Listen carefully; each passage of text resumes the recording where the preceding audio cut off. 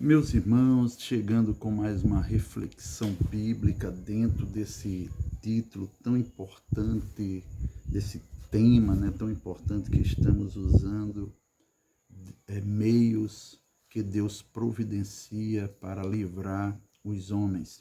Se você nos acompanha aí nas redes sociais, no YouTube temos aí já alguns vídeos subordinados a esse tema e quero trazer mais uma reflexão bíblica no intuito de glorificar e adorar a Deus e, se possível, te ajudar na edificação da tua fé, sabendo que Deus sempre providencia meios para nos livrar. Glórias a Deus. Êxodo capítulo 3, versículos de números 6, 7 e 8 diz assim: Disse mais: Eu sou o Deus de teu pai, o Deus de Abraão, o Deus de Isaque e o Deus de Jacó. E Moisés encobriu o seu rosto, porque temeu olhar para Deus. E disse o Senhor: Tenho visto atentamente a aflição do meu povo que está no Egito, e tenho ouvido o seu clamor por causa dos seus exatores, porque conheci as suas obras. Portanto, desci para livrá-lo da mão dos egípcios e para fazê-los subir daquela terra a uma terra boa e larga, a uma terra que emana leite e mel, ao lugar do cananeu e do eteu e do amorreu e do ferezeu e do eveu e do jebuseu. Aleluia. Versículo 9. E agora eis que o clamor dos filhos de Israel chegou a mim, e também tenho visto a opressão com que os egípcios os oprimem. Diante desta leitura, se você perceber aí e quiser olhar as nossas reflexões aí no YouTube, você vai ver que nós temos uma reflexão ali sobre quando Jacó desceu para o Egito a convite de José, Deus providenciando o meio para livrar a casa de Jacó da fome e, consequentemente, da morte. Agora, depois de 430 anos aproximadamente, Deus vai providenciar um meio de livrar os homens de Israel da opressão dos egípcios, para a glória do seu nome. Para entendermos isto, se faz necessário entender que, em meio ao cativeiro, Moisés nasce no Egito.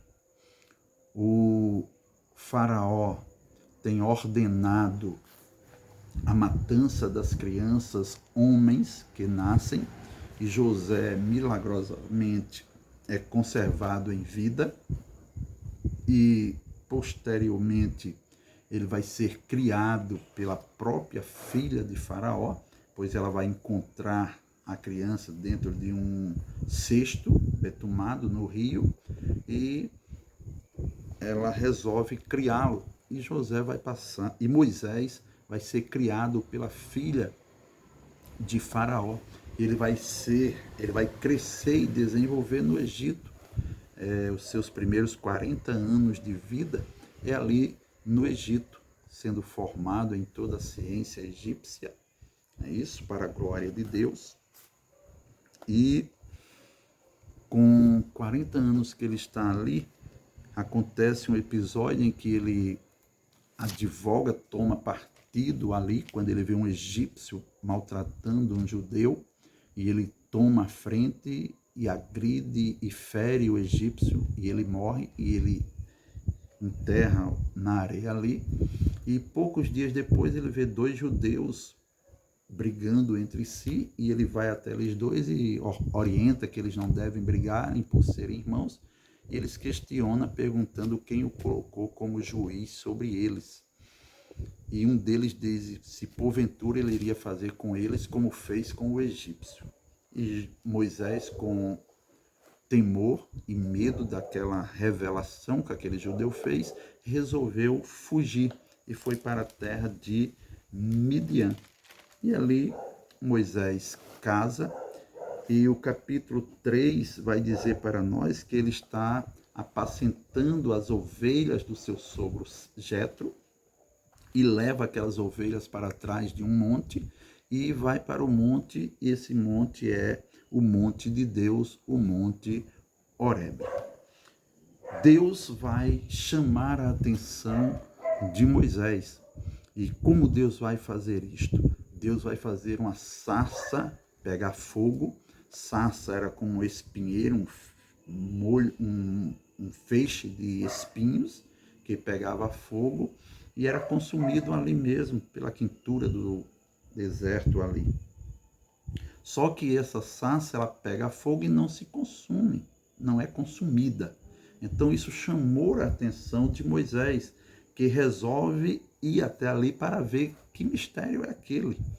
E quando ele tenta virar-se para ali, ele escuta a voz do Senhor, que fala de dentro do fogo, ali naquela sarça, dizendo que não se aproxime para ali, mas tire primeiro as sandálias dos seus pés, porque o lugar que ele está pisando é terra santa. Glórias a Deus. Sendo assim, Deus consegue atrair a atenção de Moisés para ele. E agora Deus vai, permita que essa expressão, Deus vai se apresentar a Moisés, para que ele não fique confundido quem está falando com ele. O versículo de número 6, Deus vai dizer assim: disse mais, eu sou o Deus de teu pai, o Deus de Abraão, o Deus de Isaque e o Deus de Jacó. E Moisés encobriu o seu rosto porque temeu olhar para Deus. Aleluia. Deus, ele chama a atenção de Moisés e depois de chamar a atenção de Moisés, ele diz quem é ele que está falando com Moisés. E traz aqui o nome dos 3 grandes patriarcas de Israel, onde a formação da nação israelita foi formada. Abraão, o nosso pai na fé, Isaque, o seu filho, e Jacó, o seu neto. E Jacó, posteriormente, o seu nome foi mudado lá no Val de Jaboque para Israel, que até hoje é conhecida a nação israelita, para a glória do Senhor. Quando Deus se faz conhecer a Moisés, ele vai revelar a Moisés o porquê que ele está falando com ele. Versículos 7 e 8 nos traz 4 informações. Vamos lá. E disse o Senhor: tenho visto atentamente a aflição do meu povo, que está no Egito. E tenho ouvido o seu clamor por causa dos seus exatores, porque conheci as suas dores. 2 revelações aqui no versículo 7. Primeiro, Deus está dizendo a Moisés: tenho visto e tenho ouvido. Visto o quê? Visto atentamente a aflição do meu povo. E segundo, ouvido o seu clamor por causa da opressão dos seus exatores. Isso nos traz uma aplicação para as nossas vidas, que o Deus que nós servimos é um Deus que vê tudo que estamos passando. Deus não perdeu o controle da situação. Deus nunca perderá o controle da situação ou o controle das nossas vidas. Ele está sempre vendo o que nós estamos passando. Segundo, ele sempre estará ouvindo o nosso clamor. O profeta, ele diz que os ouvidos do Senhor não estão agravados para que não possa nos ouvir. O profeta Jeremias diz para nós que Deus, dizendo a ele, diz: clama a mim e responder-te-ei. Então Deus sempre ouvirá o nosso clamor e sempre estará vendo a situação que estamos passando.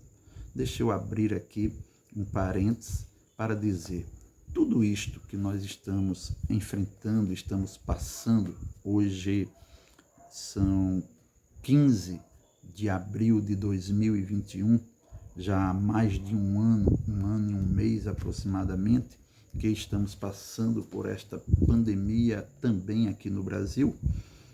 Fecho parênteses aqui. E Deus tem visto tudo isto.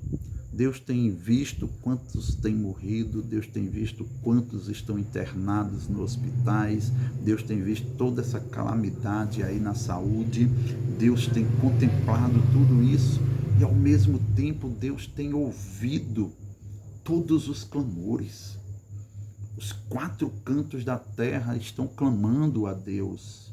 Aonde há um cristão, aonde há um servo de Deus, existe um clamor a Deus por toda esta situação.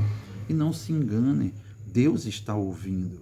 E creio eu particularmente que no tempo certo, no horário certo, pois no calendário de Deus já tem um dia marcado por Ele para cessar tudo isto, porque nada é para sempre, tem o seu início e tem o seu fim, e esta enfermidade toda aí, este vírus, essa pandemia também tem um dia marcado por Ele para terminar, mas só Ele sabe este dia, este momento de agir. Cabe a nós, como os seus servos, continuar clamando, continuar pedindo, sabendo que Ele está vendo toda este nosso sofrimento, esse nosso medo, esse temor, não é isso? Essa ansiedade, esse receio de sair, de pegar, de ser contaminado por este vírus, pois não sabemos como o nosso organismo irá reagir, mas sabemos de uma coisa: Deus está no controle, Deus está vendo tudo e ouvindo o nosso clamor.